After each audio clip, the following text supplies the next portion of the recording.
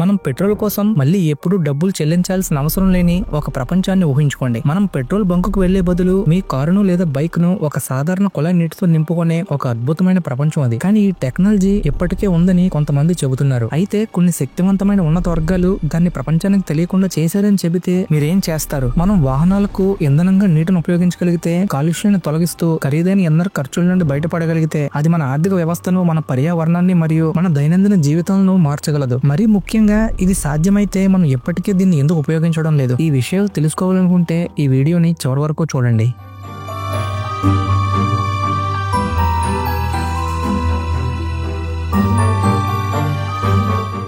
Friends, ప్రస్తుత ప్రపంచం శిలాజ ఇంధనాలపై నడుస్తుంది. అవి పెట్రోల్, డీజిల్ మరియు గ్యాస్. ఈ ఇంధనాలు ఖరీదైనవి, పర్యావరణానికి హానికరం మరియు కొన్ని శక్తివంతమైన సంస్థలచే నియంత్రించబడుతున్నాయి. ప్రతిరోజు చమురు పరిశ్రమల్లోకి $1 బిలియన్ ప్రవేశిస్తాయి. ఇవి ఈ గ్రహం మీద అత్యంత ప్రభావవంతమైన శక్తులలో ఒకటి. కానీ ఈ వ్యవస్థ నుండి బయటపడడానికి ఒక మార్గం ఉంది. అదే మనం నీటిని ఇంధనంగా మార్చగలగడం మరియు చమురుపై ఆధారపడకుండా మన వాహనాలను తయారు చేయడం. సిద్ధాంతపరంగా అది సాధ్యం అనిపిస్తుంది. అది ఎలా అంటే, నీటిలో హైడ్రోజన్ ఉంటుంది మరియు హైడ్రోజన్ ను ఇంధనంగా ఉపయోగించవచ్చు. అయితే మన అందరం ఇప్పుడు నీటితో నడిచే కార్లను ఎందుకని ఉపయోగించడం లేదు? సరే, ఎవరైనా పనిచేసే నీటి ఇంధన వ్యవస్థను కనుగొన్న ప్రతిసారి అవి రహస్యంగా అదృశ్యం అవుతున్నాయని, వారి పరిశోధన అదృశ్యం అవుతుందని, లేదా వారు ఏదో ఒక విధంగా నిశ్శబ్దం చేయబడుతున్నారని కొందరు అంటున్నారు. ఇది నిజమేనా? అయితే ముందుగా ఇది ఎలా పనిచేస్తుందో దాని గురించి మాట్లాడుకుందాం. అత్యంత సాధారణ సిద్ధాంతం హైడ్రోజన్ ఫ్యూయల్ బ్యాటరీస్. ఈ సాంకేతికత నీటి నుండి ఒక హైడ్రోజన్ సంగ్రహించి ఇంజిన్లకు శక్తినిస్తుంది. హైడ్రోజన్ ఫ్యూయల్ బ్యాటరీస్ ఇప్పటికే మన దగ్గర ఉన్నాయి మరియు ఇవి నేటి ఆధునిక యుగంలో కొన్ని కార్లలో ఉపయోగించబడుతున్నాయి. కానీ సమస్య ఏమిటి?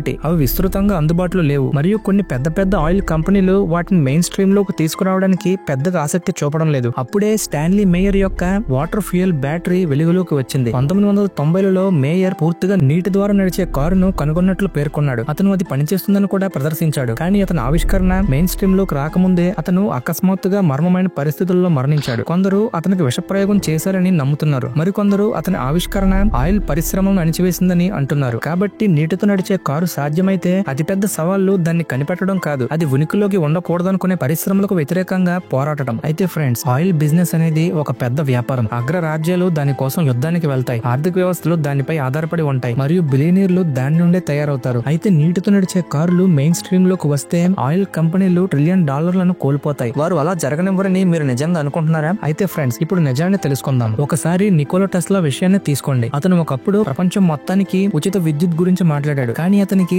నిధులు తగ్గించబడ్డాయి మరియు అతని పరిశోధనలు నిలిపివేశారు. అలాగే పెట్రోల్ కు ప్రత్యామ్నాయాన్ని ఎవరైనా ప్రవేశపెట్టడానికి ప్రయత్నించినప్పుడల్లా అదే జరుగుతుందని కొందరు నమ్ముతున్నారు. కానీ ఒక ఆశ ఉంది. కానీ కొన్ని కంపెనీలు హైడ్రోజన్లతో నడిచే మరియు ఎలక్ట్రిక్ వాహనాలపై పనిచేస్తున్నాయి. అలాగే కొన్ని ప్రభుత్వాలు క్లీన్ ఎనర్జీలో పెట్టుబడులు పెడుతున్నాయి. బహుశా మనం ఒక రోజు శిలాజ ఇంధనాల నుండి విముక్తి పొందుతాము. కానీ ప్రశ్న ఏంటంటే, వారు మనల్ని అనుమతిస్తారా అనేది. అయితే ఫ్రెండ్స్, మీరు ఏమనుకుంటున్నారు? నీటితో నడిచే కారు సాధ్యమేనా, లేదా అది మరొక కుట్ర సిద్ధాంతమా? మరియు మరింత ముఖ్యంగా, ఎవరైనా దాన్ని కనిపెట్టినట్లయితే శక్తివంతమైన ఉన్నత వర్గాలు దాన్ని మూసివేస్తాయా? మీ ఆలోచనలను కామెంట్స్ లో రాయండి. చివరిగా ఈ వీడియోకి కన్క్లూజన్. నీటి ద్వారా వాహనాలు నడపడం అనే ఆలోచన సైన్స్ ఫిక్షన్ లాగా అనిపిస్తుంది. కానీ చరిత్ర ప్రకారం పెద్ద పరిశ్రమలు మార్పును ఇష్టపడవు, ముఖ్యంగా అది వారి లాభాలకు ముప్పు కలిగిస్తున్నప్పుడు. బహుశా ఒక రోజు మనం సత్యాన్ని చూస్తాము. అప్పటి వరకు మనం చేయగలిగేది ప్రతి దాన్ని ప్రశ్నించడం మరియు మనల్ని నియంత్రించే వ్యవస్థలకు ప్రత్యామ్నాయాల కోసం వెతకడం.